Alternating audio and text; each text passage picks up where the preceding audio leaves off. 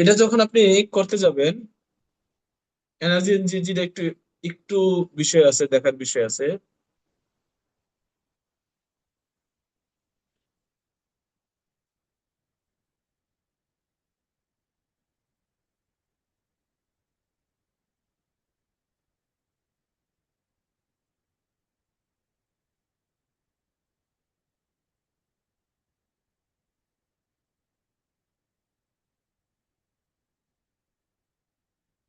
এখানে আপনার হলো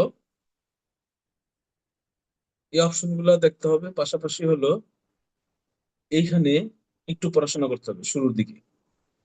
এই সোর্স গুলো সম্পর্কে একটু জানবেন, যেমন পার্সোনাল ইলেকট্রিসিটি বা রিনিউয়েবল এনার্জি সোর্স গুলো কি কি, নন রিনিউয়েবল এনার্জি সোর্স, বায়োমাস কি কি, বায়োমাস আছে দুইটা, এটা সার্টিফাইড, এটা নন সার্টিফাইড। এরপরে এই বিষয়গুলো একটু প্রোডাকশন ইউজ এবং domestic, domestic and production energy use, এই বিষয়গুলো একটু দেখে নিতে হবে। হ্যাঁ, ডোমেস্টিক ইউজ কোনটা কোনটা হবে, প্রোডাকশন ইউজ কোনটা কোনটা হবে, পাশাপাশি নোট বলা আছে, কি বলা হয়েছে নোটে, এটা একটু দেখতে হবে। দেখার পরে স্কোপ 1 2 3 আপনি দেখলেন, এটা খুব বেশি দেখা দরকার নাই।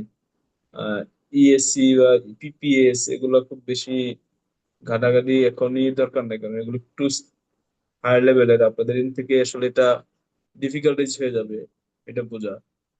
হ্যাঁ, এখানে যে ক্যালকুলেশন গুলো আছে, যদি সম্ভব হয় আপনারা একটু দেখতে পারেন, এগুলো একটু ডেফিনেশন গুলো পড়ার পরে দেখার যত প্রশ্নে আপনি চেষ্টা করতে পারেন। তারা একটা ফ্যাক্টরি ডাটাবেস দিয়ে পরে ক্যালকুলেশন করে দেখাই দিছে যে সে তার কি অবস্থায় আছে। হ্যাঁ,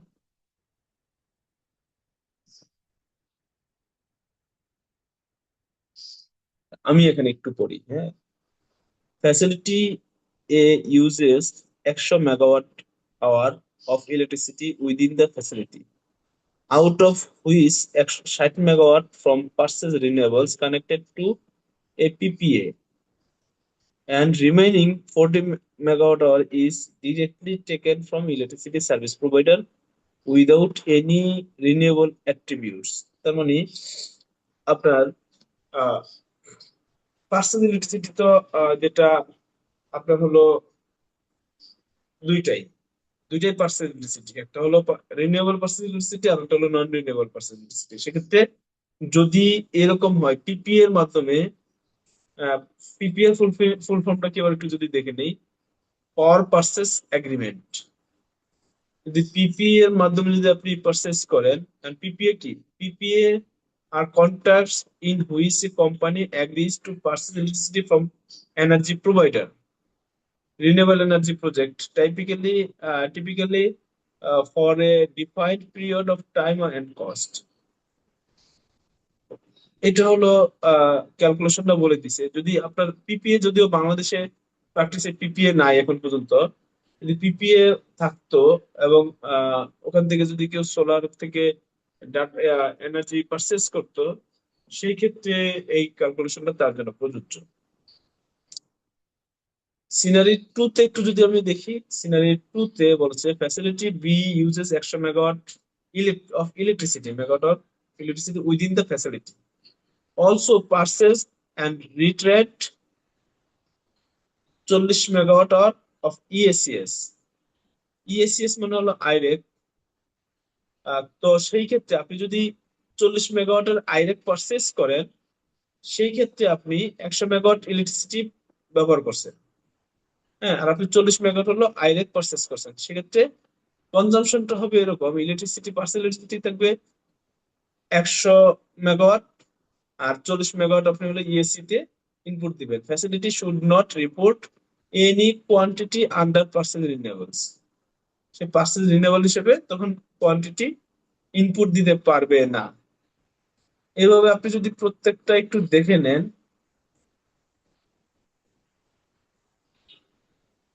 তাহলে আপনার জন্য এই ক্যালকুলেশন গুলো যদি একটু দেখেন, তাহলে আপনার জন্য ইজি হবে।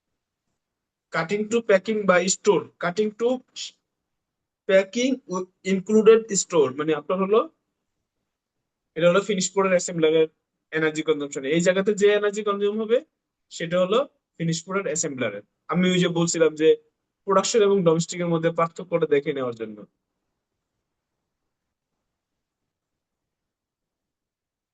সরি, এই যে যে প্রোডাকশন ডোমেস্টিক এনার্জি ইউজ আর প্রোডাকশন এনার্জি ইউজ।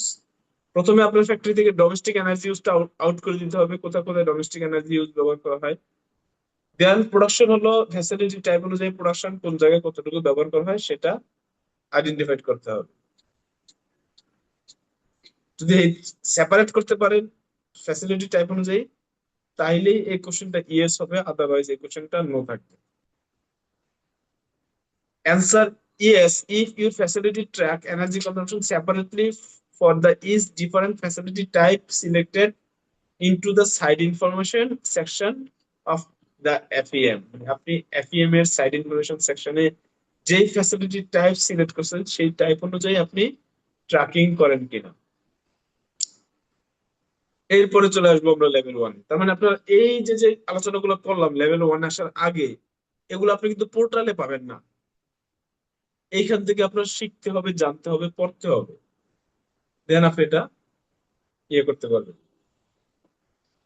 এখানে আহ বাকি কাজ হলো আপনার এখানে ইনপুট দেওয়া, সব ডাটা ইনপুট দেওয়া। প্রথমেই যদি বলা হয়, আপনাকে বলা হবে আপনি আহ আপনার ফ্যাক্টরিতে কি কি এনার্জি ব্যবহার করেন, ইনক্লুড মানে উইদাউট, মানে এখানে এক্সক্লুড বলছে, exclude the company owned and controlled vehicle. মানে আপনার ফ্যাক্টরিতে যে গাড়ি ঘোড়া আছে, এই গাড়িতে যেটা ব্যবহার করা হয় সেটার বাইরে আপনার ফ্যাক্টরি অপারেশনের জন্য গাড়ি ছাড়া, ভাড়া গাড়ি হোক বা যে গাড়ি হোক, ওই গাড়ি ছাড়া আপনার ফ্যাক্টরিতে কি কি এনার্জি ব্যবহার করা হয় এটা আপনার সিলেক্ট করতে হবে। এরপরে 2 নম্বর কোশ্চেনে বলা হচ্ছে যে আপনার ফ্যাক্টরিতে যেই নিজস্ব গাড়ি আছে এবং কন্ট্রোলড গাড়ি, কোম্পানি কন্ট্রোলড গাড়ি মানে কি বলেন তো? কোম্পানি কন্ট্রোল গাড়ি বলতে স্যার ওই যে কাঁচামাল বহন করে কিংবা এই ফিনিক্স প্রোডাক্ট পরিবহন করে। না না না, ধরেন আপনি একটা ফ্যাক্টরিতে কাজ করেন, আপনার ফ্যাক্টরির নিজস্ব গাড়ি আছে না? জি স্যার আছে। নিজস্ব গাড়ি আছে, সেটার এনার্জি সোর্স কি কি সেটা তো সিলেক্ট করতেই হবে। পাশাপাশি আপনার ফ্যাক্টরির কিছু কন্ট্রোল গাড়ি আছে। আমরা তো নিজস্ব গাড়িগুলোর ডাটা দিলামই, তারপরে আবার কন্ট্রোল গাড়ি কোনটা?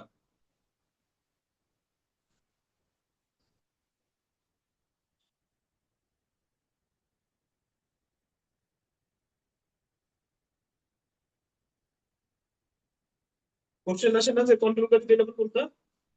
জি স্যার, এটাই তো ইমাজিন করতেছি কি হতে পারে, মাথায় ধরেন নেই আপনার স্যার। বেলায়, একটু লাইনে থাকেন, হ্যাঁ একটু লাইনে থাকেন, একটা গেস্ট আসছে এখন, দেখতেছি আমি।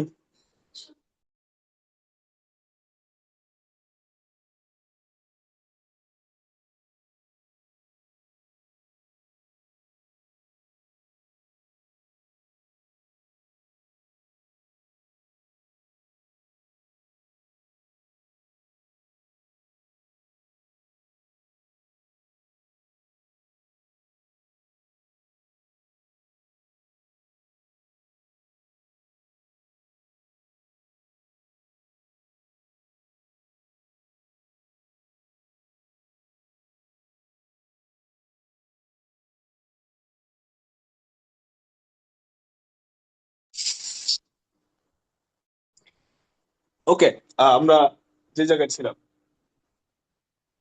ধরেন আপনি আহ আপনার নিজের একটা গাড়ি আছে, আবার আপনার একটা ভাড়া গাড়ি ভাড়া করতে হবে। গাড়ি তো ভাড়া ভাড়া করে দুই ভাগে। এক ধরনের ভাড়া হলো আমাকে ঢাকা থেকে চট্টগ্রাম নামায় দিয়ে আসবা, বা দিয়ে আসবা নিয়ে আসবা, সবকিছু তোমার যা খরচ টরচ হবে, তেল খরচ, গ্যাস খরচ যা হবে, সব তোমার। আমি শুধু যাবো আসবো, কত টাকা নিব কম, এরকম একটা বাড়া হয় না? হ্যাঁ স্যার, হয়। আর এক ধরনের বাড়া হয় যে আজকে সারাদিন আমি তোমার গাড়ি নিয়ে যাব, গ্যাস খরচ তেল খরচ যা হয় সেটা আমি দিব, তুমি কত টাকা নিবা, এরকম বাড়া হয় না? হ্যাঁ স্যার, এটাও হয়। এখন আপনার কন্ট্রোলে কোনটা বলেন? এই যে দুইটা আইটেমে ভাড়া করলেন, দুইটা পদ্ধতিতে আপনি গাড়ি ভাড়া করলেন, আপনার কন্ট্রোলে কোনটা? স্যার ওই যে দ্বিতীয়টা।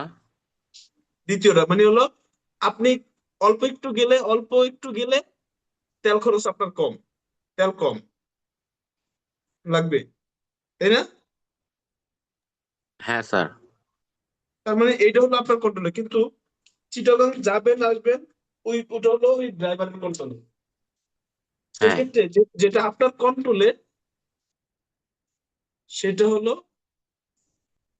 আপনি আপনার এই ইয়েতে আসবে, এটা হলো ওন কন্ট্রোল।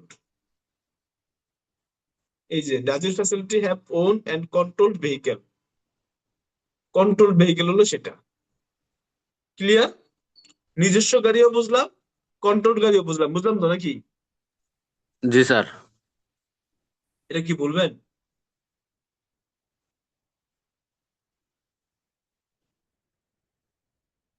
কন্ট্রোল গাড়ি কোনটা, এটা কি আর বলবেন? না স্যার, না স্যার, এটা বলবো না। বেশিরভাগ এই কাজটা আমরা করি হলো যখন আমরা ট্যুরে যাই। ট্যুরের ক্ষেত্রে আমরা ভাড়া করি যে আমরা এই 2 দিন ঘুরবো, যত খুশি ঘুরবো, তেল খরচ আমরা দেবো, আপনি বডি ভাড়া কত নেবেন, এরকমই তো করা হয় বেশিরভাগ। হ্যাঁ। এটা হলো আমাদের কন্ট্রোলে, হ্যাঁ, এটা হলো কন্ট্রোল ভেহিকেল। আর এই কন্ট্রোল ভেহিকেলটাও আপনার জেজি মিশনের ক্ষেত্রে স্কোপ ওয়ানে চলে আসবে। আর ওই যে যে আপনি ভাড়া করলেন স্টেপ ওয়ান, আমরা যেটা আলোচনা করছিলাম স্টেপ ওয়ানে, স্টেপ ওয়ান বলতে দুইটা পদ্ধতিতে বললাম ভাড়া করা, ওইটা হলো আপনার স্কোপ থ্রিতে চলে যাবে ওইভাবে যদি আপনি ভাড়া করেন। যে আমি ভাই চিটাগাং যাবো, চিটাগাং থেকে ঘুরে আইসা পড়বো, তুই কয় টাকা নিবি নিবি, আমি কোনো কিছু আমি কিন্তু দিতে পারবো না। এটা হলো স্কোপ থ্রির যে যে মিশন হবে। আর আপনার জন্যই গাড়িটা তেল পড়াইছে, ঠিক আছে? একটা এক্সাম্পলও কিন্তু দিয়ে দিলাম স্কোপ থ্রির। জি স্যার, বুঝতে পারছি।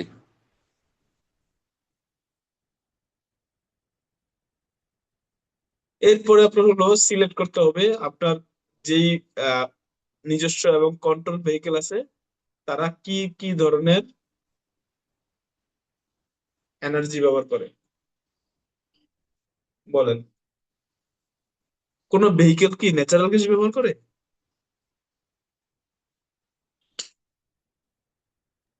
না স্যার, এটা তো সাধারণত সিএনজি, তারপরে ওই পেট্রোল জাতীয়। Exactly. মানে এই জন্য এখানে সিএনজি আছে, ন্যাচারাল গ্যাস নাই। আপনি আবার যখন ফ্যাক্টরির ব্যবহারটা দেখবেন, ওখানে আবার ন্যাচারাল গ্যাস আছে, সিএনজি আছে। ফ্যাক্টরি ন্যাচারাল গ্যাসও ব্যবহার করতে পারে, সিএনজি ব্যবহার করার অপরচুনিটি তার আছে। এই যে ন্যাচারাল গ্যাস, এই যে সিএনজি, দুইটা আছে তাই না? কিন্তু ভেহিকেলের ক্ষেত্রে সিএনজি আছে, শুধু তারা ন্যাচারাল গ্যাস ভেহিকেল ব্যবহার করার সুযোগ নাই। আছে? না স্যার। তো সেই ক্ষেত্রে আমার হলো ডেটা গুলো এখানে কিছু সাব কোশ্চেন আসবে। আপনি সাধারণত বুঝেন যে আপনার যেই, আপনি যদি ডিজেল ব্যবহার করেন ভেহিকেলে, ওই ডিজেলটা কি বায়োডিজেল, ওই ডিজেলটা কি বায়োডিজেলের সাথে মিক্সড, আমি কি বলতে পারি এটা মিক্সড? সেক্ষেত্রে এরকম এই এনার্জির ক্ষেত্রে যতগুলো মিক্সড আছে সবগুলা নো হয়ে যাবে সাব কোশ্চেন। এই জায়গায় একটা, এই যে পড়লে আপনি বুঝতে পারবেন এই কোশ্চেনটা 2025-এর এফএম এর জন্য নট স্কোরড। ওই যে আমরা স্কোরিং ক্যালকুলেশন করতে গিয়ে বলছিলাম না যে লেভেল ওয়ান এর 25%, দ্যাটস মিন 3 পয়েন্ট সামথিং, বলছিলাম না, এই সময় তো ছিলেন আপনি। হ্যাঁ স্যার। সেই ক্ষেত্রে এই সেকশন, এনার্জি যে যে সেকশনে লেভেল 1-এ কোশ্চেন আছে মেবি, একটু দেখি আমরা কয়টা কোশ্চেন আছে। সরি, চলে আসছে। লেভেল 1-এ কোশ্চেন আছে